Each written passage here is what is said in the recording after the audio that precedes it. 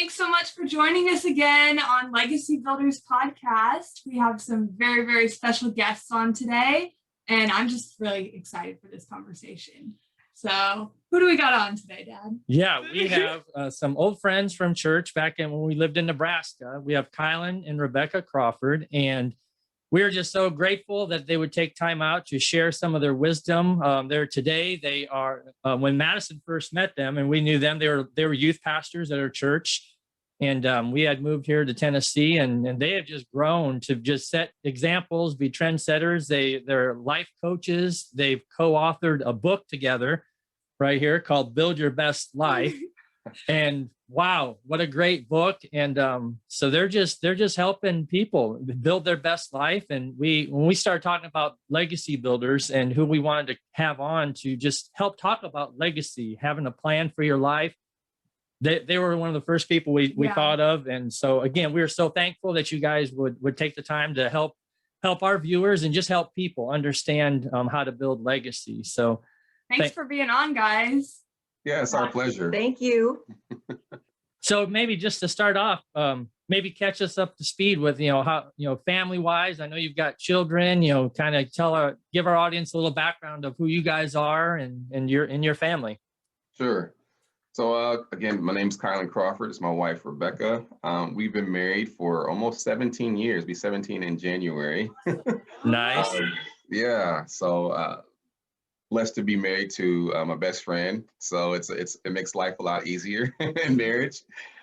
We have two boys, Isaiah, who is 8, and Benjamin, who is 6. They are very active, and they're typical boys. So they're loud, rambunctious, and they fight, and then they hug the next minute. So it's quite interesting and fun. Over our marriage, I mean, we've always kind of been type of people that want to help.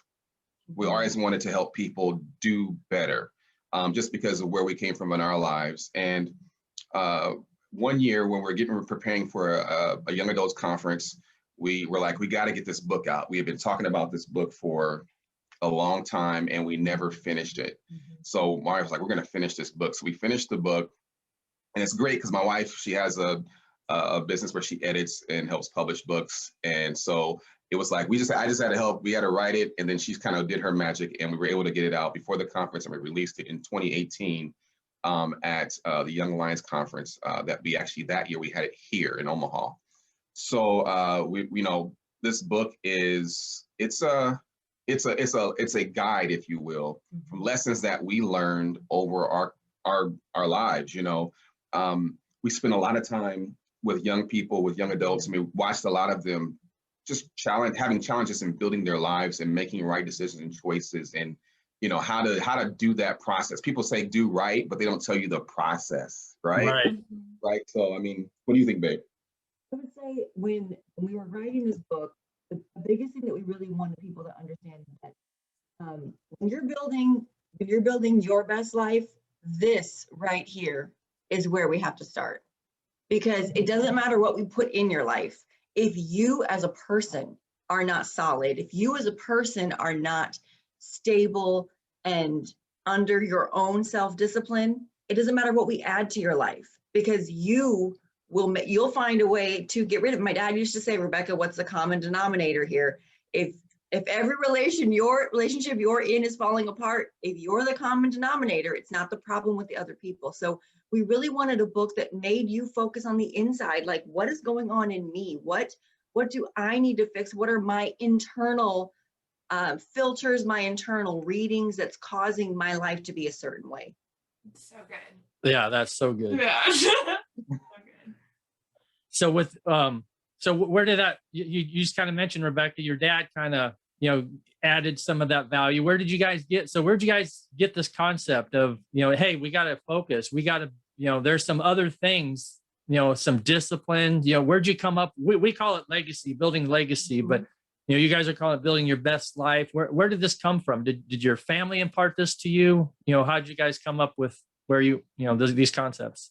I feel like one day we just sat down and said, if we could teach, like for all the people who were coming to us with their problems in life, with like, man, my life isn't what I thought.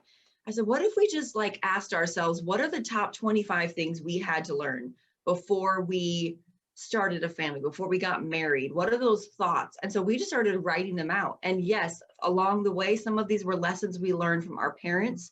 Some of these were lessons we learned by watching other people make bad choices. That we were like, we're going to watch them, and we're Right. not repeating that. We're not repeating that decision. Yeah. And then some of them literally came like as we're writing the book. There would be other things like, I think we need to talk about this. I think we need to talk about this. And it really, it just shows that when you're doing the right thing, the creativity. I don't believe in muses when it comes to writing. I do believe in being led by what's going to happen, but I know that this was what we were supposed to share. And I know that every time we made a pivot in the book, it felt like God made it clearer to us, this needs to go in the book. Some of these things were things I learned from my grandfather. It was a huge influence in my life from my godfather. They're just concepts and ideas that, you know, as you're growing up, you hear certain things, certain phrases stick out to you. Madison, you probably know, there's certain things that when you're in situations, you can hear either your dad or your mom or, you know, once someone has influence in your life, hear their voice and they say something that sticks with you. Yeah. That's what some of these concepts are, things that stuck with us when we heard them. And we're like, okay, I have to apply this because, you know, we grew up, the two of us, and I know I can speak for me, in extreme poverty. So, the concept of build your best life in my mind came from the name, and that was kind of something that popped in my head one day. Yeah. The name of the book was because my mother always told me, she always said to me when I was a kid, when we were living in some rough neighborhoods, she was like, you're not always going to be here, Kylan. You're not always going to deal with this, Kylan. You're not, and it was like reaffirming who I was. And she was like, this is not the life you're going to have to live. So in my mind, I was like, well, what is that? What really is that? And I'm like, what is my best life? How do I get to my best life? So as my mom's affirming me in difficult situations and encouraging me, and then we started talking about this book many years later, it came to me like, build your best life. That's the name we have to name. We have to name this book, Build Your Best Life. That's so awesome. So Rebecca, you said just a couple minutes ago that you guys actually sat down and planned this out before you even had kids. That's correct? Yes, we started working on this before the kids, but I think the boys were about 2 and 4 when we actually finished writing the book. Why was it important for you guys to sit down and actually plan this out before you even like having kids? Well, when you have kids, you discover you discover the handbook that doesn't arrive when they do. When you birth a child, there is not an instruction manual that also arrives when they do. So you don't know how to do that. And I think, again, the biggest thing that for me, this book, these are lessons. They're not lessons that we think you should apply. They're lessons I applied. They're lessons he applied. These are things that we actually had to do. We had to work on this in ourselves because whatever I am, I can only reproduce that in my children. So I'm just going to be honest, if I'm a hot mess, all I can have are children who are hot messes. If I don't have discipline, I cannot raise children who have discipline. Wow. So that is why the book we had to learn the lessons before we had kids, because if you even study like even the life of David had 3 sets of children. King David in the Bible had 3 sets of children. He had 1 set of children in a war. And if you read what happened to all those kids, that was Absalom, that was Amnon, that was Tamar, that was, what's his last name? The last one who tried to become king. Not Abishag.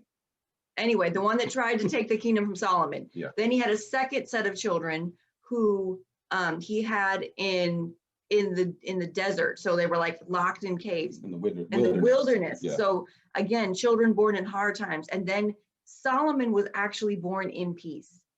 He was born while David was actually king in Israel and Jerusalem. And I think it's important that some people didn't make decisions, and we're not condemning people who have already made these decisions. But if you can get these lessons before you've made those decisions, if you can have children when you're happy, if you can have children when you're together, it leads to easier They're going to learn different lessons. They're not going to have to learn yours. Let's put it that way, because everyone has to learn lessons. We're not trying to avoid teaching our family lessons, but our kids should not have to relearn all the struggles we went through. Right. They should have different challenges to work through. Right. And that's so good. I really appreciate that, because I share with Madison a lot that these similar things. Like, I read books and I planned. I was ready to have children. Like, I didn't just have children like, oh, I got to figure this out. I mean, I took time to study, and it's reaffirming. You know, I can tell her one thing, but when she hears somebody else, like, yeah, we took this serious too, and we wanted to learn and apply some of these lessons, and that's one of the other things on this podcast is I wanted to bring, you know, people on, especially. And Rebecca, I appreciate this so much. Powerful women who, with wisdom and knowledge, and who, you know, just everything that you're saying is just reaffirming these things that I tell Madison. But when she hears it from another powerful woman, you know, it's not just dad saying it now. It's like, oh, wow, these other people are applying these things. And Madison's applying these already in her life. But now to even build on that, be like, oh, wow, dad wasn't, you know, he was telling me the truth. There are other people who are building their best life and taking this thing seriously.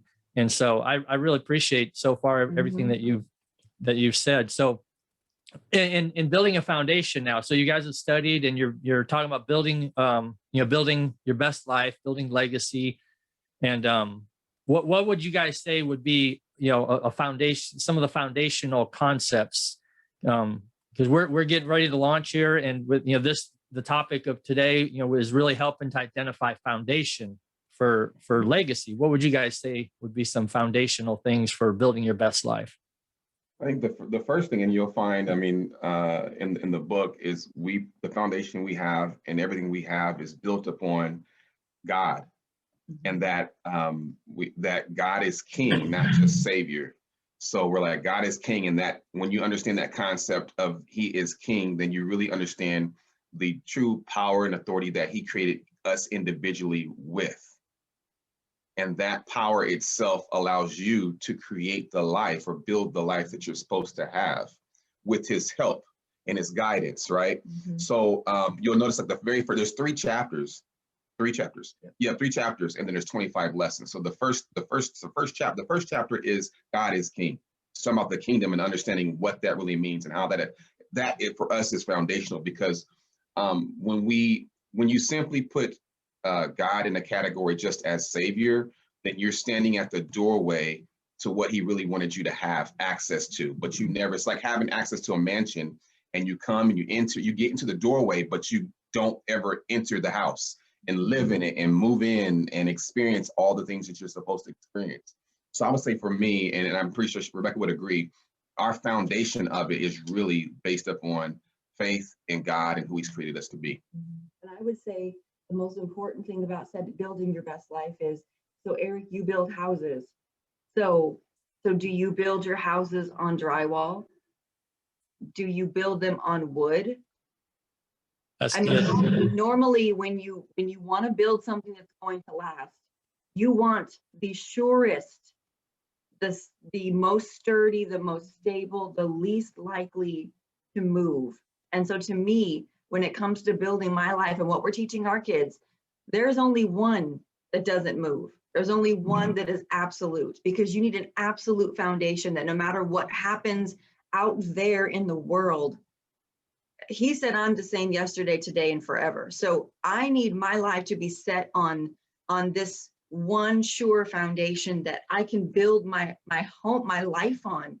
And when, He didn't say if, but when the rains come, when the storms come, when the winds are blowing, it says, the Bible says that, you know, whoever built their house on the rock, that when the storm came, the wind might have shook the wood, but the wind didn't knock that house down. And that's what I think the importance is on setting the foundation for your life, is you have to have your foundation set as something that isn't going to move, because life is going to push you. Life is going to challenge you. Life is going to throw these ideas out of left field. And if your foundation isn't anchored deep, if your foundation is only ground level, and all the dirt has to do is blow away.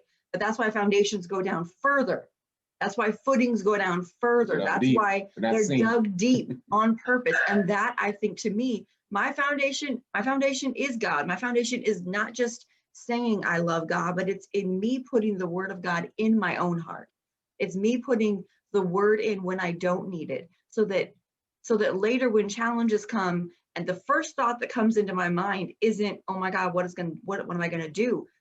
Honestly, what happens is the first thought that comes, scriptures start coming back up, and they speak to me and say, well, he said that he knows the thoughts that he thinks about me, and they're only good ones. So that's why it's so important that your foundation is something that a person can't challenge, that a person, because people will let you down. Your dad can't be your foundation. I'm sorry, we're human. I can't be my children's foundation. Kylan can't be my foundation.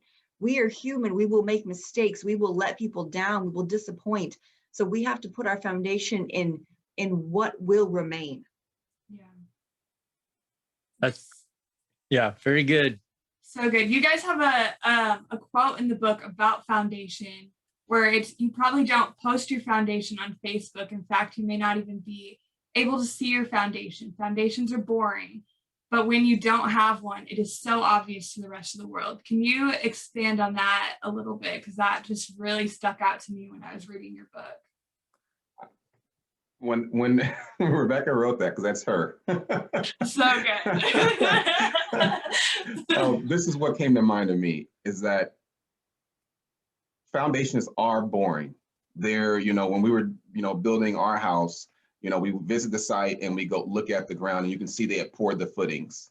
And then you can see, okay, that's the base of the foundation. Then you saw them pour the poured foundation that holds up your basement walls, things like that. And then they covered it up with dirt. And you never saw it. You don't see it. The only time you know it's there is when you go into the basement, because you see walls. But even then, until it's finished, you really don't. You're going to know, oh, there's the foundation. It's not praised. It's not given due credit. But the entire house, you can have this house full of beautiful things, full of all kinds of nice high-end finishes and, things, right? But without the foundation, none of those things could actually could sit on the floor without falling through. There'd be no place for them to be held up. And I relate that a lot to, not just to God, but being as a father, because you're talking about legacy. So as a father, you can statistically, you can look it up, you can just Google it, and you'll see these statistics that are out there that speak towards where there isn't a father in place in the home, right? It's daunting how many more times you're likely to be pregnant pregnant as a teenager, not finish college, be impoverished. Crime, everything goes up exponentially when there's not a father in a home. And, fathers, when fathers are consistent, they're we're really not, think about it. Father's Day, you get a tie and some socks. Right. And I'm not upset about it. So we've actually talked about that before, about like how the fathers are the foundation, but if the foundation is consistent, then everybody else in the family shines. And everybody else in the family shines. Yeah. You can do what you need to do, because Madison, that no matter what's going on, dad isn't moving. He's consistent. He's always there. Yeah. So in building your best life, I think it's foundational to have understanding whether you have a father in your house with you or a father figure you can relate to. That's when I really looked at that. That was what was important, because as a young boy, I did not have a father in the home. It's just my mother. So what I did is, and my mother did, she put other men in my life that she could trust to show me how to be a man, how to father, how to be consistent, how to be a foundation for the family so they can build upward. Kylan and I we're pre-Instagram. We are not prehistoric, we're pre-Instagram, pre-Facebook, pre-Snapchat, let me put everything I do about my life all day long on social media.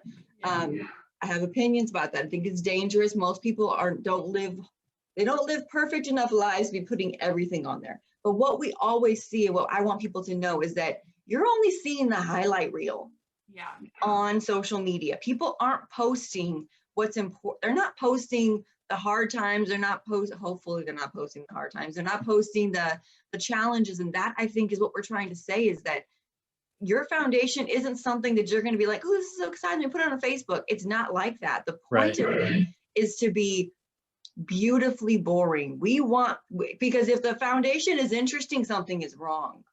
Like, oh, there's a crack. We don't want a crack. We don't want to ever talk about it. We just want to know that it's there. That's good. So you also talked about building houses. You alluded to, we don't build it on certain materials, but even before we get to the building part, I don't even start building a house unless I have a plan. And so you guys address that also in your book. Will you kind of talk about that, the importance of, I mean, you guys are even physically right now building a new house, and they didn't just start building the house and say, oh, where do you want the bathroom? The house was already built before it was built. And so maybe elaborate on that. Well, I think a lot of people, and this even goes to the title. See, the title isn't live your best life. It's build your best life. Because the life you want, it's available, but it's going to require your work. It's going to require you doing the planning. So I think this is part of the reason why, I mean, growing up, I had people in my life that would tell me, Rebecca, what kind of person do you want to marry? Not what do you want them to look like or how tall are they going to be and how much money, but what are you looking for? This is where the self-evaluation and you knowing yourself comes in, is what kind of person am I? What kind of life do I want to live? So there was lots of conversations. I mean, we probably were the most either frustrating premarital counseling couple these people went through, or the best ones they went through, because we're like, we've talked about everything. Like, I want to know that we want the same things in life, because I don't want to get to 15 years into our marriage and I want to build a $500,000 house and you're like, no, I'm good. I want to live in this $20,000 house that's 500 square feet and I don't want to move. So having a plan, like you mentioned, we're building a house that's almost done. The first thing we chose was the plan. What did we want? What did we want to see in this house? And then where we wanted to make changes, we had to make changes on the plan. Like, you don't just walk up in the house and start spray painting and be like, move that wall. No, it's too late. The wall is there. You had your opportunity to make this. And I think that's what people don't realize, is that throughout your life, every decision you make, you are putting a wall up around yourself. Now, some of these walls can be taken down. Nothing can be undone. So it's not like it's important, but sometimes we end up in houses we didn't mean to build.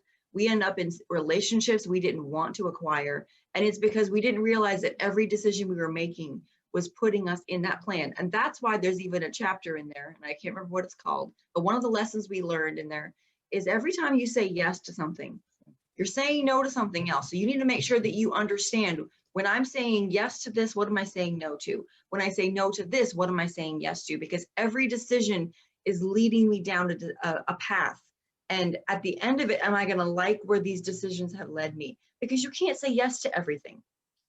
You don't have capacity to say yes. You only have 24 hours in a day. I can't go with everyone all day long. So I need to understand how every decision I'm making, what am I building? And am I building what I want, or am I building what I don't want? And I'll add to that from the planning standpoint, from a different perspective, different side of it, when we're talking in that chapter, is that we have these plans, we put them in place, right? And we're expecting to grow and move towards these plans. And we make plans to, to meet the plans. We make moves to get to those plans and to execute them, right? But the Bible says this. The Bible says many plans are in a man's heart, but it is the Lord's will that will prevail, right? So, for example, this, and we're referring to it because we're in the middle of it. Our house build, my plan wasn't to do this for another 10 years. But we had been following what we believe what we're supposed to do, doing the right things, doing it at the right place at the right time. And the opportunity presented itself to be done in a sooner fashion, to do it beforehand. So I think when we have plans together, you got to understand, Eric, when you're building houses, is that sometimes the plans have to shift and change because of something, opportunity for an improvement or a betterment makes itself available. So you have to be flexible to shift. And I would say the only time that is acceptable to do is when you believe it is something strongly in your heart, that is something that God wants you to do. Because you don't want to preemptively do something and then make a huge mistake because you're trying to act out of turn or make changes to a plan that really can't be done. Well, and the fact that you guys were in a position you followed a plan up until that point. You guys had a plan. You're in a position when that opportunity came about, you could take advantage of it. And then when you felt that prompting to take advantage of it, it even benefited you more because will you share, you guys got into a contract at such and such date, and then lumber prices like went up. But I mean, you guys did not have to deal with that increase in lumber prices. So as a result, you guys are coming out with more equity in your house in a better situation had you waited longer. But because you were in a position, because you followed a plan, you activated the plan, you had a plan, you followed the plan. Now opportunity came where now, hey, we're in a position, we could do this. And it worked out even better for you. Yeah. Right.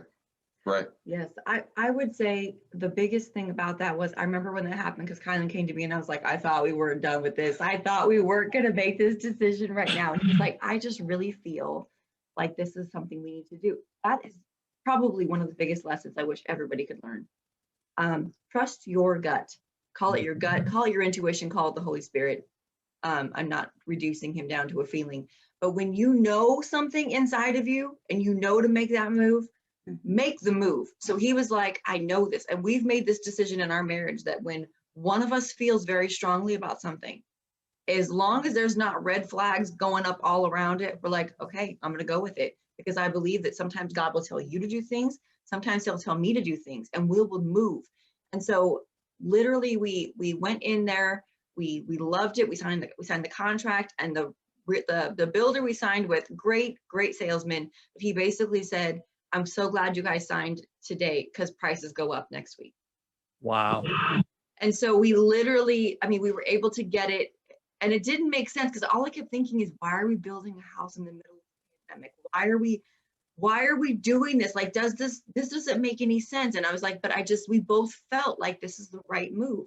And so, our house is 2 weeks away from getting packed up, and we were able to sell it to a great family honestly, everything worked together to the point that even the people buying the house were like, we'll move in when you let us. Like, whenever you're done. They signed this contract back in May. It is July 31st. They won't take possession until August, but they were like, we want it.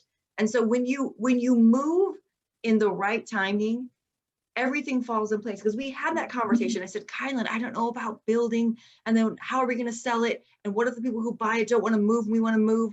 And all these things have to fall into place. And he goes, why don't we just trust God? Why don't we just say, if this is really what he wants us to do, that all things are going to work together for our good? So that was basically what we said. We're like, okay, we're just going to give it to you. All things work together for our good. And literally, when we tell the story, when it's all done, it doesn't even sound fair. It doesn't feel right. It doesn't make sense that in the middle of all the craziness that's happening, the craziness isn't touching us, but we're moving in a place that is going to set our children up. It's going to set our grandchildren up for something that neither of us was born into. And that is when we got to that chance to take our parents to the house and let them walk around. Yeah. All of them had tears in their eyes because we remember where we were. They know we're the oldest, so they know what they birthed us into. Yeah. And it's to be able to show our parents, like, we took what you taught us and we multiplied it. That is a beautiful thing to do. That's awesome. Can you add on to that? Like, so you guys are in uncharted territory, right? So, from now on, even, prior to that, you guys are now doing things that you've never done before. You've made a decision, and we talk about this all the time, is that everybody can make a choice right now to start building legacy, wherever they're at in their life. If they got off to a bad start, it don't matter. They could stop right now and they could make a choice, and they could turn it around and just start now where you're at. We know it's scary.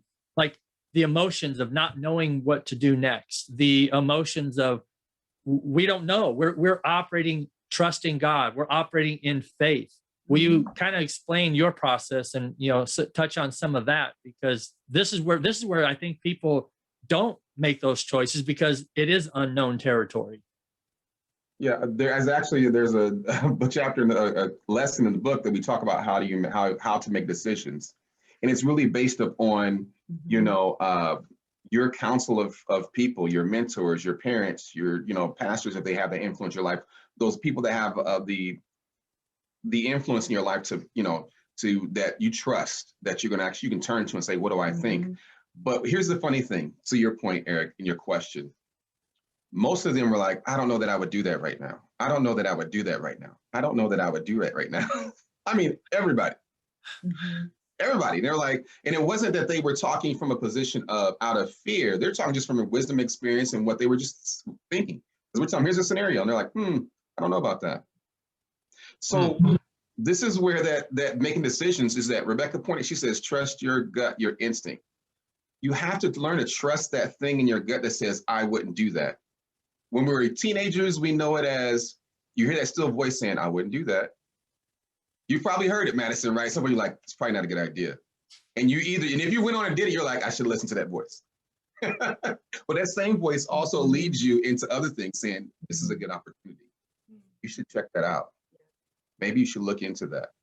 Listening to that voice and trusting the God inside of you to make decisions, I think really, really plays a huge part in how you make decisions, and allows you to experience things outside of time, experience things that are outside of what someone would call your economic ability. It allows you to grow and expand exponentially without seeing, tragedy or downfall or things like that. Because I think God gave us that intuition, as we'll just call it, that feeling, because he gave us free will. He wanted us to be able to make decisions to improve our life, because he wanted man to operate like he does on the earth. So what does the Bible say in Genesis? Let us make man in our image. He had this idea that he wanted to create the earth and the world and have people like him on earth rule. He wanted to duplicate himself in the earth. So when you're making decisions, you have to take that in consideration, that you have the same creativity ability in you that God does. Whether you're someone that believes in God or not, he still exists, right? And the ability for man to do something great, to do things that are outside the norm, is innately in all of us. So we have to learn to trust that. And I think that can drive a lot of our decisions. But back to that point in the book, that lesson, it's also the flip side of it, is you need to have a council of people you can talk to, that you can ask questions to, that are older than you, that have more wisdom and experience in other areas than you do. Yes. And I would say, as far as the uncharted territory, you're right. You make a plan up to a certain point and you think, okay, it's like we have a 100-year plan, a 200-year plan, a how many year plan? We have a 400-year plan. We have a 400-year plan.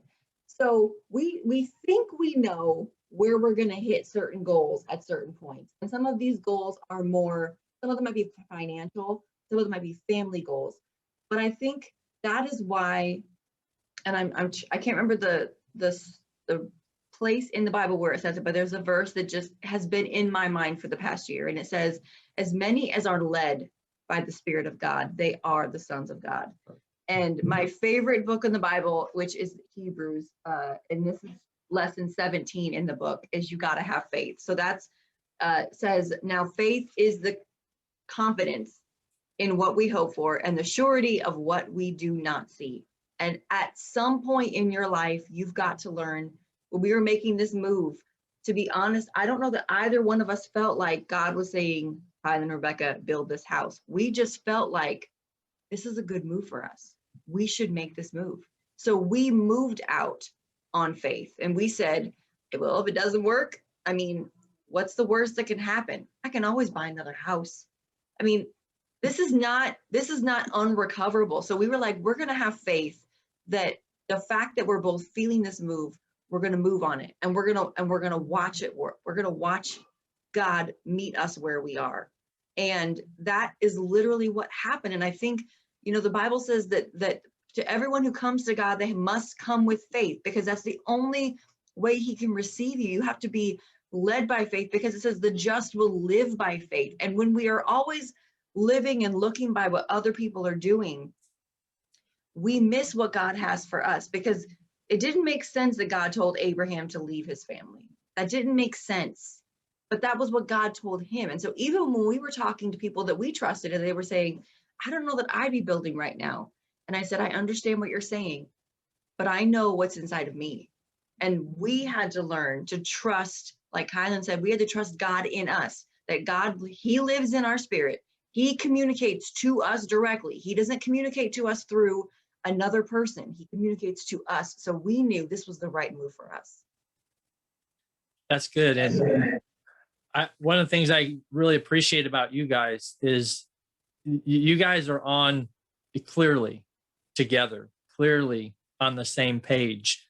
And that's not very common. The planning, the husband and wife working together side by side, growing, not husband, wife. I mean, this is husband, wife, the way it was intended to be before the fall. Right. So the way that it was originally intended to be, and you guys are just living examples of that. I don't even know how to ask the question, just like, and you guys have kind of already addressed it a little bit, but can you share just a little bit more of just the working together and the dynamics of just the teamwork that you guys have, not only in planning, have you kind of talked about, the pre-planning, but in the activating of the plan, maybe, if there's anything else that comes to mind about that, but, and if anything, I just wanted to commend you guys and just, say to those watching, these guys are not just talkers, they're doers, and they're living examples of teamwork and husband and wife working together in the same direction. So many times you got husband going this way, wife has their own thing, they're existing, and they're raising kids and doing a good job. But I mean, we're talking about, this is another level that you guys are demonstrating. So would you address?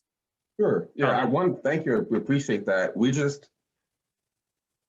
I think one of the first things when it comes to having a building partner, which is kind of the tagline into another book that we're working on. Nice. That builds into this series is that you, as an individual, you have to trust yourself. You have to understand who you are as a person, but you also have to trust in the fact that you chose this person for a reason, right? You chose this person for a reason. So I chose Rebecca for a reason. She is intelligent, smart. I mean, I can say all the physical things. I think she's beautiful, attractive. My heart jumps crazy whenever I see her. But one day we're both going to be old and wrinkly. That's going to go away. The butterflies don't last forever, as you know, Eric, right? You've been married long enough. There's not always butterflies. Every once in a while you might get a little glimpse of a flutter, but after a few years, it's kind of like, but it becomes a real choice. My point is this woman is powerful, and she has the ability to build. She has the ability to help me with whatever vision I have in my head. She can help me get a plan together and execute it. So when you're talking about that concept of how do you do that? What is that like? How do people get into that vein? It starts with believing and trusting yourself and understanding who you are as an individual. So like before we got married, I had a notebook that I carried around with myself. Rebecca remembers it. It had my name on the front, and it had all my attributes, my qualities, my skills inside of it. It had a vision plan for what I wanted. I carried it with me to church all the time because I wanted to remind myself of who I was. And I was developing myself to become the person, the man, the father, the husband that I was not yet, right? So I got that in front of me. So understanding who you are, keeping what you desire in front of your eyes so you can focus on it. And then when you do connect with someone and you're married, it's trust that you picked the right person, right? I can't control her. I can't make her do anything, right? But I have to trust her that when she says, Kylan, I feel like this is the right thing to do, I have to trust that the same God that is in me is in her. And she's not any lesser of a person. She's just as powerful as I am. So I have to trust that. What about you? What do you think? I would say my heart in this particular question goes straight to Madison, and the advice I would give to every unmarried person would be, number one, you first have to know yourself. You first have to fully embrace that when God made you, there wasn't a mold. There was a very specific purpose. Every one of us represents a facet of him. Like God is so big that he couldn't just, put everything that he is into every one of us, or you might, be too much for everybody. But there's a part of his personality in you. There's a part of his thought process in you. Not saying you can't do everything he can, because we are made in his image. But I would say the first thing is figuring out who you are, and then really becoming confident in who that is and selling out first to him. Like, you have to be all in your relationship with God. It can't be, I'm all in on Sundays from 10 a.m. to 12 p.m. and that's it. Like, that's not going to work. But I think the other big thing is that people think is, well, it's okay, I'll just marry someone and they fix them.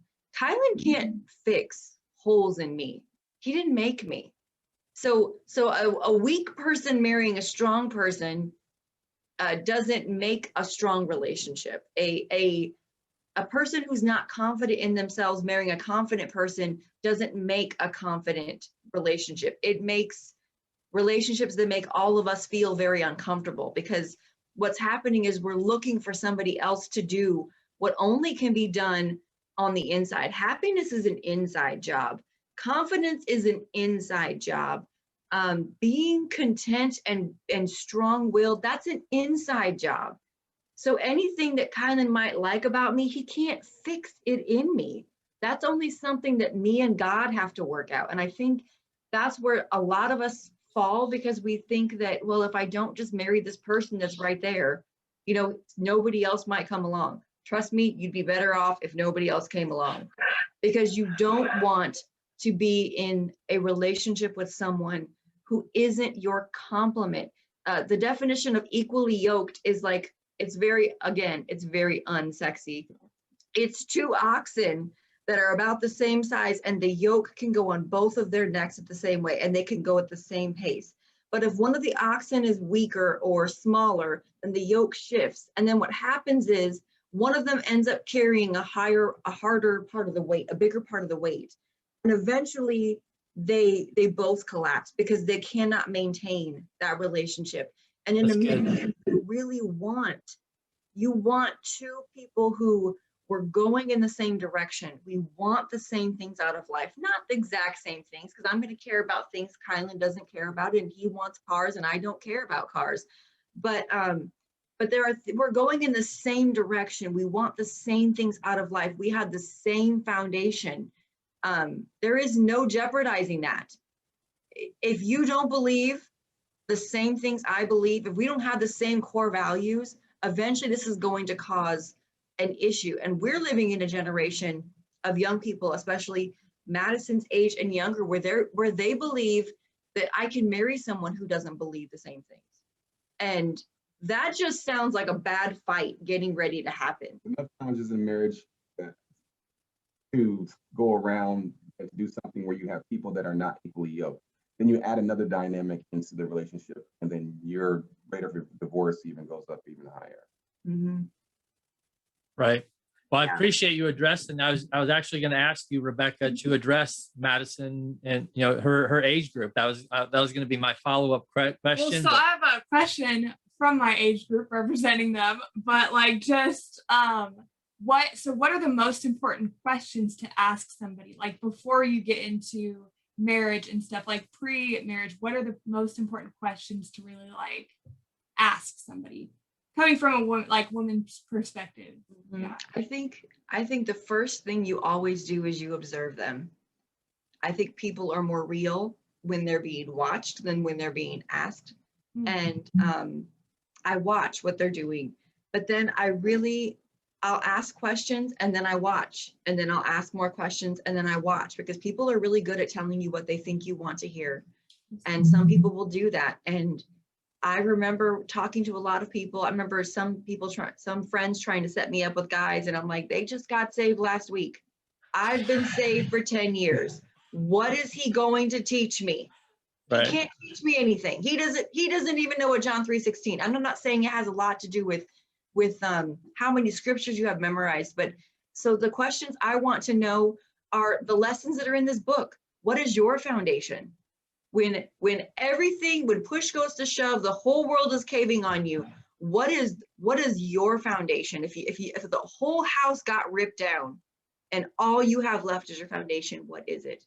And if it isn't God, if it isn't then we don't have the same values. It doesn't mean we can't be friends, but it means we are not going to be good life partners because we can't live in two different houses and build the same thing.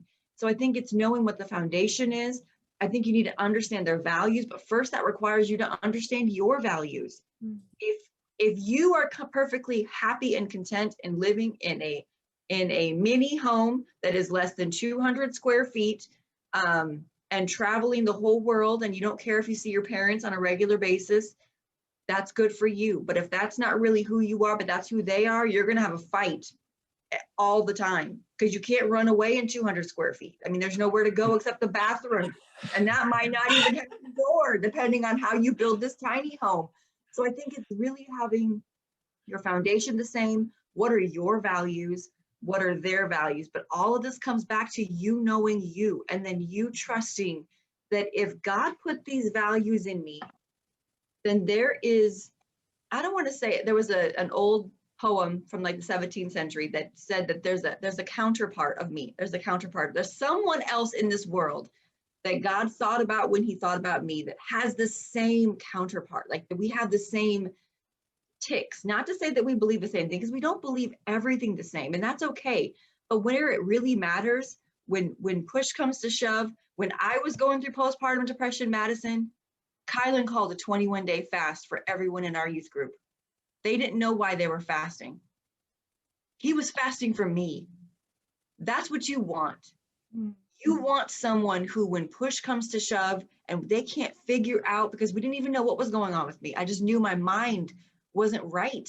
I knew something, and I couldn't shake these feelings. And he calls a fast, and 45 people join him on a fast over Christmas and New Year's to pray for me. And they didn't even know why they were doing it. That is what you want. You want someone who, when everything falls, their only backup is God. Like that, if that's what your foundation is, that's what you want. You want that when you fall back on the same foundation. That's so good. I do. So I feel like this generation is so wanting to rush the relationships and just settle. So what advice would you give to just wait and really like be patient for that right person? The first thing I would say is that if the desire is in you to be married and you have values and goals and ideas, then you need to, number one, trust that God is not an evil, wicked man up there who gives you ideas and desires that he's not willing to fulfill. So I knew, God, if you've put this in me, I'm just going to trust. I'm going to wait on you. Okay, that's first, second of all, and maybe this is the timing, but if you haven't heard that song, Wait on You, Elevation and Maverick Music came out with that worship song a few months ago. It's called Wait on You. It is, I heard it and I cried my eyes out because it's a beautiful song, and it's based on that verse that they that wait upon the Lord shall renew their strength. They will mount up with wings as eagles. And I think that's the thing. You have to trust. I know it gets lonely. Trust me. Okay, granted, I grew up in a different time frame, but by the time I was 23, most of my friends were married with their first kid on the way, if not their second child. So I got married late in their eyes because I waited, but I really wanted to be sure that the person I was getting ready to marry, that number one, I had peace about it, but it was that it was being done in the right way. So I hate to say that there's not a fun way to wait, but that's why you need good friends. That's why you need a personal relationship with God, because I talk to God by myself, with myself, for myself. It's not I'll do this on Sundays, or I'll do this when I'm with my friends, but it's really, I have to be content and peaceful. And I had to get to the point in my life where I was honestly content. If nobody came along, God, I'm good with me and you. I'm settled in myself. I don't need somebody to make me better. I make me better. God makes me better. I don't need an outside person to be who I am. And that is what I had to get to that point. I was going to say is that what she's trying to say is that everybody looks for the perfect set of questions to ask. And there really isn't, because the people can tell you whatever they want you to hear. Yeah. But I think the best advice, like Rebecca said, is to ask questions and watch. Yeah. People can say whatever they want, but their actions prove what is really inside of them. Right. So if you're like, how do you handle your money? And they're like, oh, I handle my money real well. I save money. I do this, blah, blah, blah, blah, blah, blah. Yet they're constantly going out to eat. They're constantly spending money on lavish, expensive things. And you're like, you have to kind of question that. If you're one of the people that takes care of your money, you seem like you spend more than I ever hear about you talking about saving or investing money. Something's going on there. So it's really asking questions and observing. And then the second thing is, I would say, is how you make decisions in that book. Your father is going to be the biggest advocate to tell you what that man is thinking. He will know. Eric, we've had many discussions about that. we know proven true. Whether there's something there. We know if there's something else there. Like, wait a minute, there's something else there. Hold on, babe. Be patient. That kind of thing. Him, and then you understanding, Madison, that your choices may be personal, but they are not private. You can make personal choices, but they will become public, and they will be known whether it was the right one or not. Which is why you need to make sure that as you're making decisions into relationships, that you're keeping mom and dad in the loop, that you bring them around your family, let your family look at them and observe them. And yes, some people are going to be harsher than others, but if they can't stand the heat, they need to get out the kitchen. Because trust me, her family put me through the ringer, but I was like, well, say what you want, do what you want. I'm trying to marry this woman. This is the woman I believe is supposed to be, I need her. So I went through whatever. If he's not willing to go through whatever to get you, then he's really not probably worth your time. So good. So Madison could ask you guys questions all day, because you have already gone down this road of, she loves these deep question and answer things. And you guys are speaking so much into not just her life, but her generation. Unfortunately, we're approaching our time limit. So and maybe you guys would agree to come on another time. You don't have to answer that right now. But in wrapping up this session on legacy and foundations, is there anything that we hadn't covered, one piece of advice or something else maybe that we haven't covered that you would just give a final, hey, this is a great point that we want to send you guys, the listeners off with, and kind of to wrap up our session? I'm going to go with my wife. No, I sound like a broken record. I've had long debates with people about this, and no one wants to believe me. Not no one, but a lot of people want to argue the point with me. But I'm just like, it's the truth. Knowledge is not power. It is only potential. Come on. So you hear that concept. We're talking about this is still in line with foundations and understanding, how we're building legacy. What good is it for me to have all this information if I never apply it? So we walk into situations all the time where we know what to do, but we don't do it. Therefore, your knowledge is not power in that moment. It's potential. It has the potential to help you. It has the potential to move you forward. It has the potential to improve what's happening around you or help you make a good decision. But if you never apply it, it is not powerful at any moment. That's good. So knowledge is only powerful when you put it into action. So whatever information, and this is to anybody out there, whatever information that is good to help build your family, to expand your family in the right direction, to build your best life, to be a legacy builder, you got to understand that you can't be a collector of information, but you have to apply what you know so that you can execute it. And if you execute that over and over and over again, then you'll become a legacy builder. Then you'll be building your best life and you'll be moving in the right direction. Very good. I would just say the thing that comes to my mind before we even got on the call that came to me was kind of along what Kylan said. It's not about what I can collect in this life. I can collect $2 million. I can collect all these things. But the best thing that is the example of my life is what I leave behind. It's what I've left behind in lessons. It's what I've left behind in what God put in me to begin with, which is why this book had to come out, because he put it in us.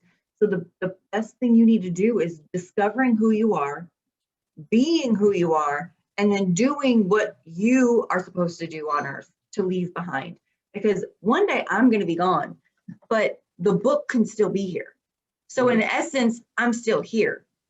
If I write more books, I'm still here. If I teach my kids the same lessons that we learned, I'm still here. And what God put in me keeps going. And that's the goal, is that just like we quote, well, Abraham, it's going to be like, Madison's going to be like, well, Grandpa said.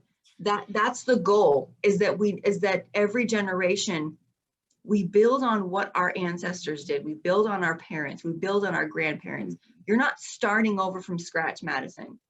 That'd be the biggest insult, would be for you to have to start over from nothing, because your parents built, and your grandparents built, and your great grandparents built, and you're standing on all of their shoulders. And when you win, your whole family wins. Yeah. Like they win, like there's a crown that they then get because you took it further. So it's like we're in the Olympics right now because they're doing the Olympics, but it's almost like I keep seeing the one where they pass the baton on. Oh, relays. The relay race. And I hear Hebrews 12, therefore, since we are surrounded by such a great cloud of witnesses, let us run with endurance the race that is set before us. Every one of us is running the same race that Adam ran. It has not been called over yet. We're in the same race. And if you do your part, if you pass the baton on to the next person and the next person, your family can still win. No matter where they came from, no matter what they went through, we realize that everything we do, it's elevating our whole family. It's bringing our whole family forward. And that is the benefit of legacy builders, is that we are keeping our family line going. We're keeping our family team together. That's so good. Well, tell people where they can learn more, where they can find you in your book and buy your book, because this has been a great session. Yeah, you can find our book on Amazon. Just go to Amazon, type in Build Your Best Life, and it'll pop up. It's one of the first books up there. There's not very many titles like that out there. And you can find me. I know my wife is not as socially versed in social media, but if you see one of us, see me post something, it may be her, it may be me. But you can follow us on Instagram at Kylan's Voice on Instagram, and Facebook. It's just Kylan Crawford. You can also find my wife on there as well. We post videos periodically out there, and we are currently working on releasing a program to help people with their finances, because we think in building your legacy, building your best life, you have to understand money and what you can do with it. So the plan is that we'll have that out here in the next few months, and you'll start seeing stuff out there on social media. So be on the lookout for that. And we really appreciate you guys letting us join you on Legacy Builders. It's been a great time. Yeah. Yeah, thank you very much. And again, here's their book, and we will tag everything that you just said. We'll have a link underneath when we release this episode that you'll be able to find them. You won't have to memorize, what they just said. So, but we'll have a link to get to you. And again, Kylan and Rebecca, thank you so much for sharing all of your wisdom and joining us on the session today. We so much appreciate it. Thank you guys so much for joining us today on the Legacy Builders podcast. Make sure to subscribe so you are notified when a new episode is posted. Now go out and take your first steps in building your family's legacy.